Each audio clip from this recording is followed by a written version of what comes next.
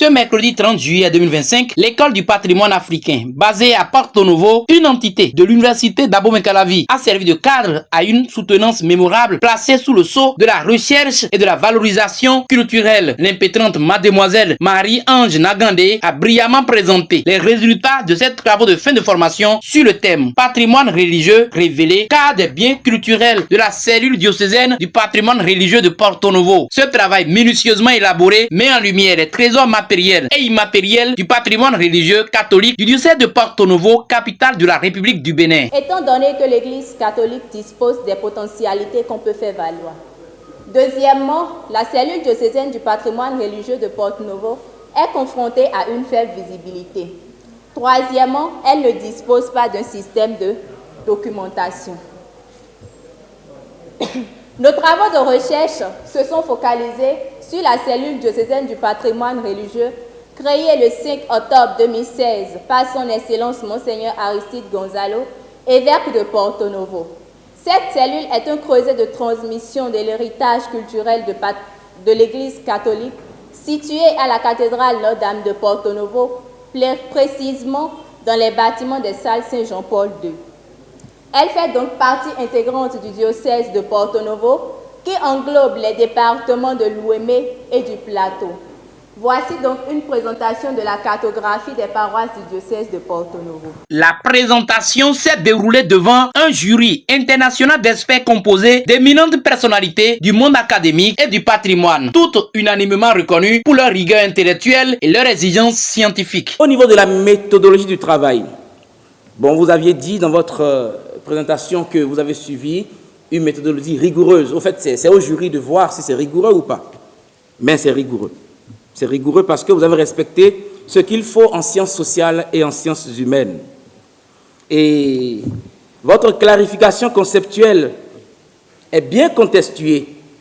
Et chaque mot a été expliqué, non pas de façon générale, mais en lien avec le sujet que vous abordez. C'est très bien. Ça veut dire que vous ne pouvez pas mettre le mot, par exemple, diocèse de Porto Novo dans un mémoire de théologie. Vous ne pouvez pas mettre, par exemple, le patrimoine révélé dans un test de PAG du gouvernement. Ici, c'est le patrimoine culturel religieux révélé. Donc, vous avez bien contextué. Vos objectifs au niveau de la page 6. Alors, vous avez dit accroître la visibilité, je dis CDPR pour faire court. CDPR, c'est la cellule du patrimoine religieux. Donc, accroître la visibilité du CDPR, de la CDPR, afin de mieux préserver et de valoriser les biens culturels. Donc, moi, je dirais plutôt, afin d'accroître la visibilité à travers la valorisation des collections. À l'issue des échanges nourris et des appréciations critiques, le jury a salué la profondeur de l'analyse, la pertinence des sources ainsi que la qualité de la restitution. La délibération finale a consacré la mention très bien, témoignage éloquent de l'excellence académique de l'impétrante pour le compte de la licence professionnelle dans la spécialité gestion du patrimoine culturel. Vous avez soumis à l'école du patrimoine africain un mémoire portant sur le patrimoine religieux révélé, cas des biens culturels de la cellule diocésaine du patrimoine religieux de Porto Novo.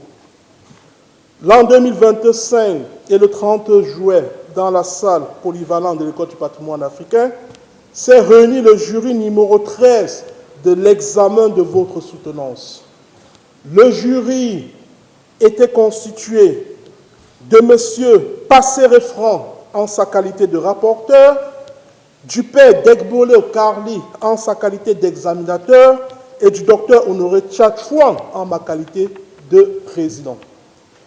Le jury vous a écouté, le jury a discuté avec vous, le jury, après avoir délibéré, trouve que votre sujet est novateur et traite de la question du patrimoine religieux et décide de vous décerner à l'unanimité la note de 18 sur 20 pour la mention excellente.